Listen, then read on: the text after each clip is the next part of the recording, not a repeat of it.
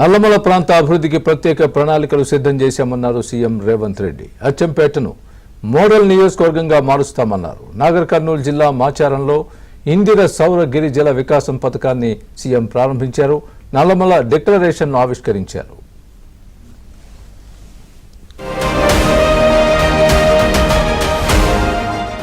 నాగర్ కర్నూలు జిల్లా ఆమ్రాబాద్ మండలం మాచారంలో సీఎం రేవంత్ రెడ్డి ఇందిర సౌర గిరిజనుల వికాస పథకాన్ని ప్రారంభించారు. చెంచులు ఆదివాసీల అభివృద్ధి కోసం ఈ పథకానికి శ్రీకారం చుట్టినట్లు తెలిపారు.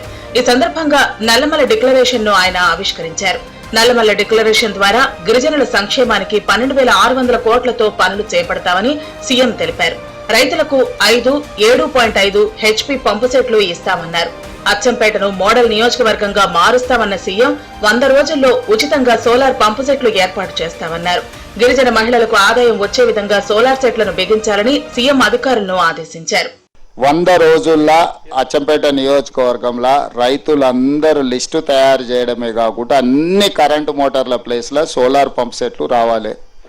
100 రోజుల్లో మొత్తం అన్న స్పెషల్గా ఒకరిని డెప్యూట్ చేయి, ఒక అధికారిని స్పెషల్ డ్రైవ్ పెట్టు.